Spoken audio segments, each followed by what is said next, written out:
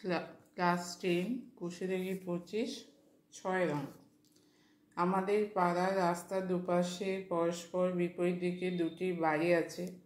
প্রথম বাড়ির দেওয়ালের গোড়া থেকে 6 মিটার দূরে একটি মইয়ের গোড়া রেখে যদি মইটিকে দেয়ালে ঠেকানো যায় তবে তা অনুভূমিক রেখার সঙ্গে 30 ডিগ্রি কোণ উৎপন্ন করে। তাহলে এখানে দেখা যাচ্ছে যে এই বিডিটা হচ্ছে রাস্তার দুপাশে একটা বাড়ি হচ্ছে এবি আর একটা বাড়ি হচ্ছে সিডি। এবার বি প্রথম বাড়ির গোড়া থেকে 6 মিটার দূরে, তার মানে বিসি হচ্ছে 6 মিটার। এই সি বিন্দুতে যদি একটা মই প্রথম বাড়ির দেয়ালে ঠেকানো যায় সেটা অনুভূমিক রেখার সঙ্গে 30 ডিগ্রি কোণ উৎপন্ন করে। তাহলে এখানে হচ্ছে এবি সিডি এরা হচ্ছে দুটি বাড়ি।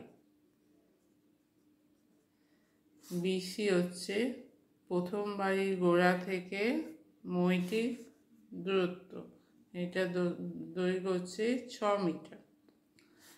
ইসিবি কোণ হচ্ছে 30 ডিগ্রি। মইয়ের দৈর্ঘ্য, মইটির দৈর্ঘ্য সমান হচ্ছে সিই। এই দৈর্ঘ্যটা হচ্ছে মইটির দৈর্ঘ্য, এটা সমান ধরলাম x মিটার। এবার তারপরে আবার কি বলেছে, 30 ডিগ্রি কোণ উৎপন্ন করে। কিন্তু মইটিকে যদি একই জায়গায় রেখে দ্বিতীয় বাড়ির দেওয়ালে লাগানো যায় তবে তাহলে অনুভূমিক রেখার সঙ্গে 60 ডিগ্রি কোণ উৎপন্ন করে। তার মানে মইটি সি বিন্দুতেই আবার দ্বিতীয় বাড়ির দেওয়ালে মানে সিডির সঙ্গে যদি লাগানো যায় সেটা 60 ডিগ্রি কোণ উৎপন্ন করে। তাহলে এখানে সিএফটাও হয়ে যাবে মইয়ের দৈর্ঘ্য, তাহলে সিই সমান x মিটার সমান সিএফ। আচ্ছা, এই কোণটা এফসিডি দ্বিতীয় বাড়ির অনুভূমিক রেখার সঙ্গে এটা হচ্ছে কোণ 60 ডিগ্রি কোণ উৎপন্ন করে। এবার কি কি চেয়েছে, প্রথমে চেয়েছে মইটির দৈর্ঘ্য কত। তাহলে মইটির দৈর্ঘ্য মানে হচ্ছে সি অথবা সিএফ। প্রথমে কি চেয়েছে, প্রথমে চেয়েছে সি সমান সিএফ সমান কত। আচ্ছা, দ্বিতীয় চেয়েছে দ্বিতীয় বাড়ির দেয়ালে গোড়া থেকে মইটির গোড়া কত দূরে রয়েছে। দ্বিতীয় বাড়ির দেওয়ালের গোড়া থেকে মইটির গোড়া কত দূরে রয়েছে। দ্বিতীয় বাড়ির দেয়াল হচ্ছে এই ডি বিন্দু থেকে মইটির গোড়া হচ্ছে সি বিন্দু, তাদের সিডি সমান কত। 2 নম্বরে চেয়েছে সিডি সমান কত। 3 নম্বর রাস্তাটি কত চওড়া। রাস্তাটি কত চওড়া মানে রাস্তাটি হচ্ছে বিডি, রাস্তার দৈর্ঘ্য হচ্ছে বিডি, তাহলে রাস্তাটি চওড়া হচ্ছে বিডি।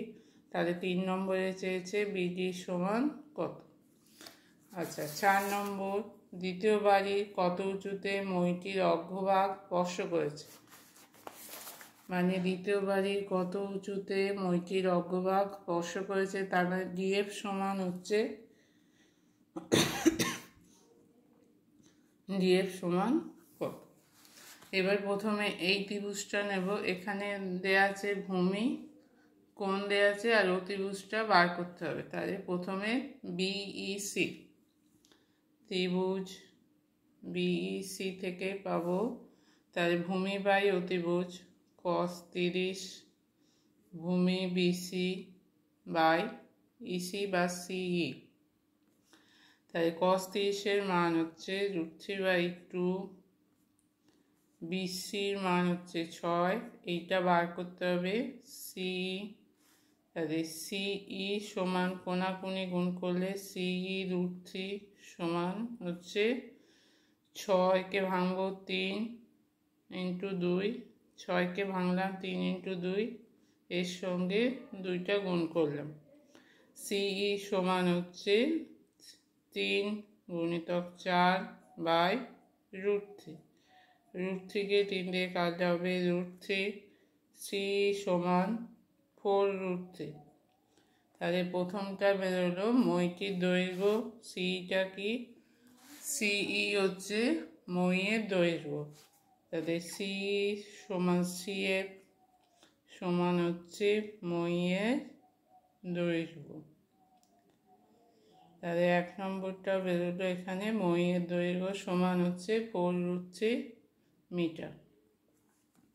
আচ্ছা, এবার চেয়েছে সিডি কত, তাহলে এইটাও হয়ে যাবে সিএফ হচ্ছে 4√3, এটাও 4√3।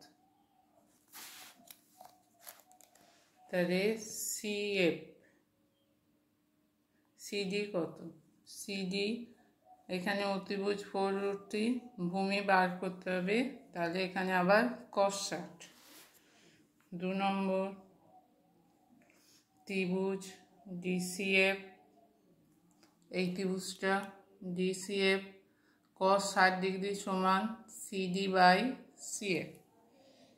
cos 60 ডিগ্রি সমান হচ্ছে ডিসি বাই সিএফ। আচ্ছা, cos 60 মানে হাফ ডিসি বা সিডি, আর সিএফ হচ্ছে 4√3, তাদের অতএব সিডি হচ্ছে 4√3 বাই 2 সমান 2√3। তাহলে সিডির হচ্ছে 2√3। সিডি মানে কোনটা, এইটা 2 নম্বরটা, মানে দ্বিতীয়বারই দেয়াল থেকে মইটি 2√3 দূরে,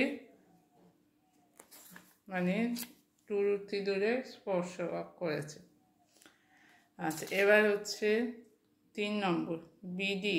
বিডি সমান কত, বিডি মানে হচ্ছে এখানে